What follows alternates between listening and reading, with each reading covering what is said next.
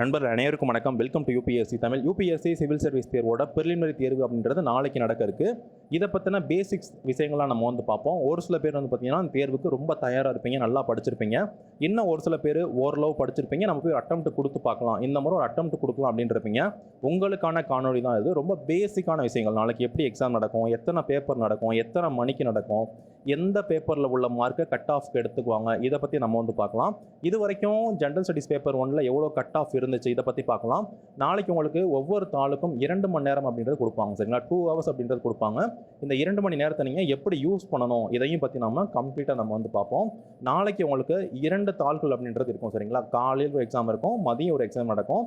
காலையில் நடக்கிற தேர்வு ரொம்ப ரொம்ப முக்கியமான தேர்வு. இந்த தேர்வில் நீங்கள் வாங்குற மார்க்கு தான் கட் ஆஃப்க்கு எடுத்துக்குவாங்க, சரிங்களா?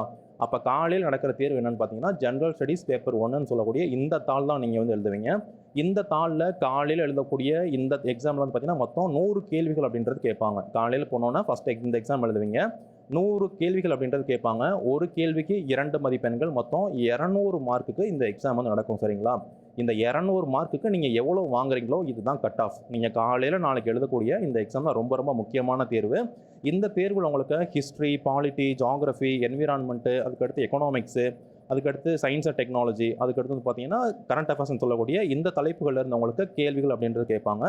காலையில் நீங்கள் எழுத போகிற இந்த தேர்வுடைய மார்க்கை வச்சு தான் அவங்களுடைய கட் ஆஃப் அப்படின்றது நிர்ணயிப்பாங்க. இதில் இருக்கக்கூடிய அந்த மொத்தம் நான் சொன்ன அந்த 200 மார்க்குக்கு நீங்கள் எத்தனை மார்க் வாங்குறீங்களோ அதை பொறுத்து தான் நீங்கள் பாஸ் பண்ணுறீங்களா இல்லையா எல்லாமே உட்காந்து தெரியும். ஸோ காலையில் எழுதுகிற தேர்வு ரொம்ப ரொம்ப முக்கியமான தேர்வு. அதுக்கடுத்து மதியம் இன்னொரு எக்ஸாம் இருக்கே, அந்த எக்ஸாம் என்ன அப்படின்னு கேட்டிங்கன்னா மதியம் உங்களுக்கு ஜென்ரல் ஸ்டடீஸ் பேப்பர் 2ன்னு சொல்லி ஒரு எக்ஸாம் நடக்கும், சரிங்களா? இந்த தேர்வை இன்னொரு மாதிரி சொல்லணும் அப்படின்னா இதை நம்ம CSAT அப்படின்னு சொல்லலாம், சரிங்களா? சிவில் சர்வீஸ் ஆப்டிடியூட் டெஸ்ட் அப்படின்னு சொல்லுவோம். இதில் உங்களுக்கு என்னென்ன தலைப்புகள்லேருந்து கேள்விகள் கேட்பாங்க அப்படின்னு பார்த்தீங்கன்னா உங்களுக்கு ரீசனிங்லேருந்து உங்களுக்கு கேள்விகள் அப்படின்றது கேட்பாங்க. இதுவுமே மேக்ஸில் தான் வரும். அதுக்கடுத்து உங்களுக்கு ஆப்டிடியூட்லேருந்து உங்களுக்கு கேள்விகள் அப்படின்றது கேட்பாங்க.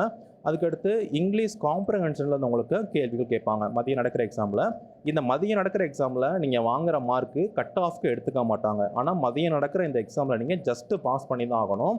அதாவது 200 மார்க்குக்கு நீங்கள் 66 மார்க்கு நீங்கள் வாங்கி ஆகணும் கண்டிப்பாக. இந்த மதியம் நடக்கிற தேர்வில் நீங்கள் 66 மார்க் வாங்கினா மட்டும்தான் இந்த ஜென்ரல் ஸ்டடீஸ் பேப்பர் 1ல் நீங்கள் கட் ஆஃப் வந்தாலுமே எடுத்துக்குவாங்க, சரிங்களா? அப்போ மதியம் நடக்கிற தாளை நம்ம தகுதித்தாள் அப்படின்னு சொல்லலாம். இந்த CSAT என்ன தாள், இது தகுதித்தாள். இதை நீங்கள் கட்டாயமாக பாஸ் பண்ணியே ஆகணும்.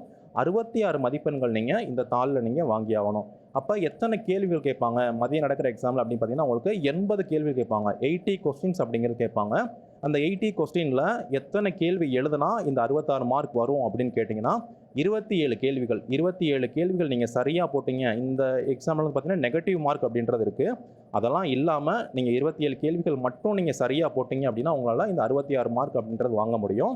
ஏதாச்சும் கேள்விகள் நீங்கள் தப்பாக போடுறீங்க அப்படிங்கிறப்ப நீங்கள் எக்ஸ்ட்ரா கேள்விகள் நீங்கள் போடுற மாதிரி இருக்கும். அந்த கால்குலேஷன் நீங்கள் பண்ணிக்கோங்க, சரிங்களா? இதுதான் நடக்கும் நாளைக்கு எக்ஸாமில். இப்படி தான் கேள்விகள் இருக்கும். அப்போ காலையில் நடக்கிற எக்ஸாமில் 100 கேள்விகள் இருக்கும், 200 மார்க்கு. ஒரு கேள்விக்கு 2 மார்க்கு. மதியம் நடக்கிற எக்ஸாமில் மொத்தம் உங்களுக்கு 80 கேள்விகள் தான் இருக்கும். ஆனால் மார்க் 200 மார்க்கு. ஒரு கேள்விக்கு 2.5 மார்க்ஸ். மதியம் நடக்கிற எக்ஸாமுக்கு மட்டும் ஒரு கேள்விக்கு 2.5 மார்க் கொடுப்பாங்க, சரிங்களா? இதுதான் நாளைக்கு நடக்கக்கூடிய அந்த தேர்வோட பேட்டர்ன். அதுக்கடுத்து கட் ஆஃப், நான் சொன்னேன் அந்த ஜென்ரல் ஸ்டடீஸ் பேப்பர் 1 அதில் நீங்கள் வாங்குகிற மார்க்கு தான் கட் ஆஃப்க்கு எடுத்துக்குவாங்க. இது வரைக்கும் எவ்வளோ கட் ஆஃப் இருந்திருக்கு அப்படின்னு நம்ம ஒரு 4 வருடங்களுக்கு நம்ம பார்ப்போம். அப்போ தான் உங்களுக்கு ஐடியா அப்படின்றது கிடைக்கும்.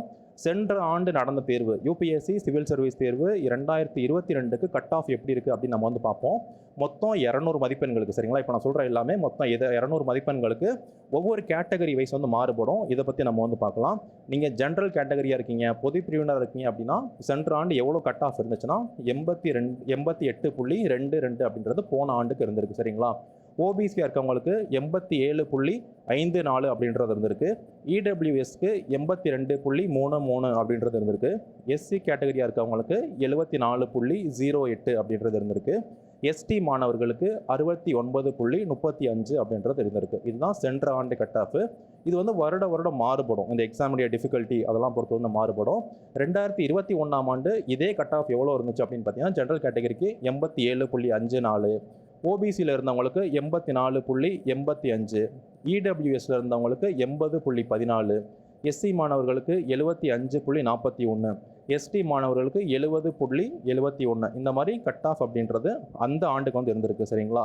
ஸோ அதுக்கடுத்து 2020ஆம் ஆண்டு கட் ஆஃப் எவ்வளோ இருந்துச்சு அப்படின்னு பார்த்தீங்கன்னா, ஜென்ரல் கேட்டகரிக்கு 92.51 அப்படின்றது இருந்திருக்கு. ஓபிசிக்கு 89.12 அப்படின்றது இருந்திருக்கு.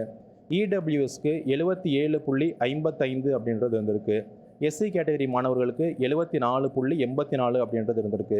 எஸ்டி மாணவர்களுக்கு 68.71 அப்படின்றது இருந்திருக்கு. அதுக்கடுத்து 2019ஆம் ஆண்டு வந்து பார்க்குறப்ப ஜென்ரல் கேட்டகரிக்கு 98 வந்து இருந்திருக்கு. அதுக்கடுத்து ஓபிசி மாணவர்களுக்கு 95.34 அப்படின்றது இருந்திருக்கு. இடபிள்யூஎஸ் மாணவர்களுக்கு 90 அப்படின்றது இந்த ஆண்டு வந்து இருந்திருக்கு. எஸ்சி மாணவர்களுக்கு 82 அப்படின்றது இருந்திருக்கு. எஸ்டி மாணவர்களுக்கு 77.34 அப்படின்றது இருந்திருக்கு. சரிங்களா? அப்போ கட் ஆஃப் அப்படின்றது மாறுபடும். இதுக்கடுத்து இந்த டிஃபிகல்ட்டி லெவல் இப்போ நிறையா பேர் அப்ளை பண்ணிட்டு அதிகமான பேர் அப்ளை பண்ணாலுமே கூட அந்த டிஃபிகல்ட்டி லெவலு அதை பொறுத்தலாம் வந்து பார்க்குறப்ப சென்ற ஆண்டு கம்மியாக இருந்திருக்கு. இப்போது நடந்து முடிந்த ரிசல்ட் இப்போ வந்து விட்டுருக்காங்க. அந்த ரிசல்ட்டில் வந்து பார்த்தீங்கன்னா இந்த கட் ஆஃப் கொடுத்துருந்தாங்க. அப்போ 2022ஆம் ஆண்டுக்கு கம்மியாக இருந்திருக்கு. ஒரு 4 ஆண்டுகளுக்கு முன்னாடி பார்க்குறப்ப 98 அப்படின்றது கட் ஆஃப் அப்படின்றது இருந்திருக்கு. சரிங்களா? இதுதான் அந்த கட் ஆஃப் வந்து இருந்திருக்கு தொடர்ந்து 4 ஆண்டுகளாக பார்க்குறப்ப. ஸோ இதுதான் வந்து கட் ஆஃப் பற்றின விஷயங்கள். இதை பார்த்து நீங்கள் வந்து எக்ஸாம் அட்டன் பண்ணுங்கள். நீங்கள் வந்து எவ்வளோ தூரம் படிச்சிருக்கீங்களோ அதை பொறுத்து நீங்கள் வந்து அட்டன் பண்ணுங்கள். இந்த கட் ஆஃப் பொறுத்துலாம் நீங்கள் இப்போ வந்து நீங்கள் ஃபீல் பண்ணாதீங்க. இது வந்து மாறுபடலாம். இது வந்து கூடவும் செய்யலாம், குறையவும் செய்யலாம். நீங்கள் உங்களுடைய பெஸ்ட்டை நீங்கள் கொடுத்துருங்க. நாளைக்கு எக்ஸாமில் வந்து நீங்கள் நல்லாவே நீங்கள் எவ்வளோ படிச்சிருக்கீங்களோ உங்களுடைய பெஸ்ட்டு எவ்வளோ கொடுக்க முடியுமோ அதை நீங்கள் வந்து கொடுங்க. இன்னும் ஒரு சில பேசிக் விஷயங்கள் நம்ம வந்து பார்ப்போம். இந்த தேர்வில் நெகட்டிவ் மார்க்கிங் அப்படின்றது இருக்குது. நீங்கள் ஒரு கேள்வி வந்து நீங்கள் தப்பாக குறிச்சிட்டிங்க அப்படின்னா அதுக்கு வந்து இவங்க மார்க் அப்படின்னு ரெடியூஸ் பண்ணிடுவாங்க. ஒரு கேள்வி நீங்கள் தப்பாக குறிச்சிங்க அப்படின்னா 3இல் 1 பங்கு மார்க் வந்து உங்களுக்கு போயிடும். சரிங்களா? இதையும் நீங்கள் கவனத்தில் வந்து வச்சுக்கணும். ஸோ உங்களுக்கு அந்த 3இல் 1 பங்கு மார்க் வந்து இவங்க ரெடியூஸ் பண்ணிடுவாங்க. ஒரு கேள்வி உங்களுக்கு தெரியலை, ஒரு கேள்வி இருக்குது அப்படின்னா அந்த கேள்வி நீங்கள் தப்பாக குறிச்சிங்க அப்படின்னா மார்க் மைனஸ் பண்ணுவாங்க. ஒரு கேள்வி இருக்குது, அந்த கேள்விக்கு நீங்கள் ஆன்சரே பண்ணலை அப்படின்னா உங்களுக்கு மார்க் மைனஸ் பண்ண மாட்டாங்க. சரிங்களா? நீங்கள் தப்பாக ஆன்சர் பண்ணால் மட்டும்தான் மார்க் மைனஸ் பண்ணுவாங்க. நீங்கள் அந்த கேள்விக்கு உங்களுக்கு விடையே தெரியலை, அந்த கேள்வியை நீங்கள் விட்டுட்டீங்க அப்படின்னா அதுக்கு மார்க் மைனஸ் பண்ண மாட்டாங்க. அந்த கேள்விக்கான மதிப்பெண்கள் மட்டும்தான் போகும். எக்ஸ்ட்ரா மைனஸ் மார்க் வந்து பண்ண மாட்டாங்க. சரிங்களா? அதுக்கடுத்து இன்னொன்று கவனத்தில் நம்ம என்ன வச்சுக்கணும் அப்படின்னா, ஒரு தாளுக்கு மொத்தம் வந்து 2 மணி நேரம் அப்படின்றது கொடுப்பாங்க. 2 ஹவர்ஸ் அப்படின்றது கொடுப்பாங்க. அப்போ 2 ஹவர்ஸ் அப்படிங்கிறது எத்தனை நிமிஷம்? அப்போ 120 நிமிஷம். 120 நிமிஷம் தான் நம்ம 2 ஹவர்ஸ் அப்படின்னு சொல்கிறோம் இல்லைங்களா? 120 மினிட்ஸ் வந்து நமக்கு வந்து இருக்குது. 120 மினிட்ஸ் இருக்குது. நம்ம முன்னாடி 100 கேள்விகள் வந்து இருக்குது. அப்போ ஒரு கேள்வி வந்து அட்டன் பண்ணுறதுக்கு எத்தனை நிமிஷம் அப்படின்னு பார்த்தீங்கன்னா 1.2 மினிட்ஸ் உங்களுக்கு. கரெக்டாக 1.2 மினிட்ஸ் தான் உங்களுக்கு கரெக்டாக ஒரு கேள்விக்கு வந்து இருக்கும். ஒரு கேள்வியை வச்சுக்கிட்டே நீங்கள் 5 நிமிஷம் உட்காந்துருந்தீங்க அப்படின்னா இங்கே வந்து டைம் போயிடும். ஸோ அதிகபட்சமாக நீங்கள் ஒரு கேள்விக்கு 1.2 நிமிடங்கள் தான் நீங்கள் வந்து எடுத்துக்கணும். நீங்கள் செகண்ட்ஸில் பார்க்குறப்ப 72 செகண்ட்ஸ். 72 செகண்ட்ஸ்லாம் நீங்கள் என்ன பண்ணணும்? ஒரு கேள்வியை நீங்கள் முடிச்சுட்டு அடுத்த கேள்விக்கு நீங்கள் போயிடணும். இப்படி தான் வந்து பண்ணி ஆகணும். ஏன்னா டைம் அப்படின்றது ரொம்ப கம்மியாக வந்து இருக்கும். நீங்கள் எக்ஸாம் ஸ்டார்ட் பண்ணோன்னா 2 மணி நேரம் இருந்தாலும் டைம் போகிறதே தெரியாது. ஸோ அதனால் நீங்கள் கரெக்டாக நீங்கள் வந்து பண்ணுங்கள். தேர்வை நீங்கள் கூடுமான வரை வந்து ஒரு 10 நிமிஷத்துக்கு முன்னாடியே 10 to 15 மினிட்ஸ் முன்னாடியே நீங்கள் முடிக்கிறதுக்கு நீங்கள் வந்து பாருங்கள். இது உங்களுக்கு அந்த லாஸ்ட் மினிட்ஸ் பதட்டத்தை இது வந்து தடுக்கும். இன்னொன்று என்னென்னா, நீங்கள் ஓஎம்ஆர் ஷீட்டில் சேட் பண்ணுறப்போ நீங்கள் கரெக்டாக பார்த்துக்கோங்க. சப்போஸ் ஒரு கேள்வி நீங்கள் தப்பாக, ஒரு சில பேர் என்ன பண்ணுவாங்கன்னா ஒன்று மட்டும் மாற்றி ஷேட் பண்ணிடுவாங்க. நீங்கள் சரியாக இப்போ 1 2 3 4 இங்கே 4க்கு ஷேட் பண்ண வேண்டியதை 5ல் ஷேட் பண்ணிடுவாங்க. அப்போ 5 6 7 8ன்னு ஷேட் பண்ணிட்டு ஒரு குறிப்பிட்ட இடத்துல அவங்க வந்து பார்ப்பாங்க. அச்சோ நம்ம தப்பாக ஷேட் பண்ணிட்டோமே அப்படின்னு பார்த்தாலும் ஒன்றும் பண்ண முடியாது. ஸோ நீங்கள் 1ங்கிறதுக்கு நேராக தான் நீங்கள் 1ஓடதை ஷேட் பண்ணுறீங்களா, 2ஆம் கேள்விக்கு நேராக தான் நீங்கள் 2ஆவதை ஷேட் பண்ணுறீங்களா, 3ஆவது கேள்விக்கு நேராக தான் நீங்கள் 3ஆவது கேள்வியை ஷேட் பண்ணுறீங்களா, சரியாக அதுக்கு நேராக தான் ஷேட் பண்ணுறீங்களா அப்படின்றத நீங்கள் ரொம்ப கவனமாக வந்து பார்த்துக்கோங்க. மாற்றி நீங்கள் ஷேட் பண்ணிடாதீங்க. நம்ம வந்து ஒன்றுமே பண்ண முடியாது இந்த எக்ஸாமில். சரிங்களா? ஸோ அதுக்கடுத்து வந்து பார்த்தீங்கன்னா இந்த எக்ஸாமுடைய டிஃபிகல்ட்டி நீங்கள் வந்து நம்ம இந்த எக்ஸாமுக்கு போகிறதுக்கு முன்னாடியே நான் கண்டிப்பாக 90 கொஸ்டின் தான் அட்டன் பண்ணுவேன், நான் வந்து ஒரு 100 கொஸ்டினுமே நான் வந்து அட்டன் பண்ணிடுவேன், இல்லைனா 70 கேள்வி தான் நான் வந்து அட்டன் பண்ணுவேன், அந்த மாதிரி நீங்கள் முன்னாடியே நீங்கள் வந்து ஃபிக்ஸ் பண்ணிட்டு போகாதீங்க. நீங்கள் எக்ஸாம் போயிட்டு அந்த ப்ரீ கன்சீவ்டு நோஷன் அப்படின்னு சொல்லுவாங்க. ஸோ இந்த மாதிரி நீங்கள் வந்து போகாதீங்க. போயிட்டு டிஃபிகல்ட்டி பார்த்து உங்களுக்கு எவ்வளோ கேள்வி தெரியுது அதெல்லாம் பார்த்து நீங்கள் அப்போ டிசைட் பண்ணுறது ரொம்ப கரெக்டாக வந்து இருக்கும். ஸோ அதுக்கடுத்து இன்னொரு ரொம்ப முக்கியமான விஷயம் என்னென்னா, ஃபஸ்ட்டு நீங்கள் எடுத்தோன்னே ஒரு 10 கேள்வி, ஒரு 5 கேள்வி, இல்லைன்னா ஒரு 20 கேள்வியை பார்த்துட்டு எக்ஸாம் வந்து டஃப்பாக இருக்குது அந்த மாதிரிலாம் நீங்கள் வந்து நினச்சிடாதீங்க. பிகாஸ் எப்படினாலுமே வந்து மாறலாம். லாஸ்ட்டில் ஒரு பாதிக்கு மேலே உங்களுக்கு தெரிஞ்ச கேள்விகளாக கூட வந்து வரலாம். லாஸ்ட் 10 to 20 கொஸ்டின்ஸ் கூட உங்களை வந்து பாஸ் பண்ண வச்சிடலாம். அதனால நீங்கள் ஃபஸ்ட்டு பார்த்தோன்னே அதை வந்து நீங்கள் வந்து முடிவு பண்ணிடாதீங்க, இந்த எக்ஸாம் வந்து டஃப்பாக இருக்குது அப்படி இப்படிலாம் நீங்கள் வந்து முடிவு பண்ணாதீங்க. ஸோ எப்போனாலுமே அந்த உங்களுக்கு சாதகமான கேள்விகள் கூட லாஸ்ட்டாக வந்து இருக்கலாம். சரிங்களா? ஸோ அதனால் பதட்டம் இல்லாமல் அந்தந்த கேள்வியை நீங்கள் யோசிச்சு கரெக்டாக நீங்கள் வந்து எக்ஸாம் அப்படின்றது நல்லா வந்து பண்ணுங்கள். கான்ஃபிடென்ட்டோட நீங்கள் எக்ஸாம் அப்படின்றது பண்ணுங்கள். உங்களுக்கு ஏதாவது சந்தேகங்கள் இருக்குது அப்படின்னா நீங்கள் இன்ஸ்டாகிராமில் மெசேஜ் பண்ணுங்கள். நான் உங்களுக்கு எல்லா கேள்விக்குமே நான் வந்து ரிப்ளை வந்து பண்ணுவேன். அதே மாதிரி நீங்கள் வாட்ஸ்அப்பில் எனக்கு மெசேஜ் பண்ணலாம், நான் உங்களுக்கு ரிப்ளை பண்ணுவேன். வேறு ஏதாவது சந்தேகங்கள் இருக்குது அப்படின்னு நீங்கள் சொல்லுங்கள். நாளைக்கு எக்ஸாம் நீங்கள் ரொம்ப ரொம்ப நல்லா வந்து பண்ணுங்கள். Very very all the best நண்பர்களே. Thank you friends.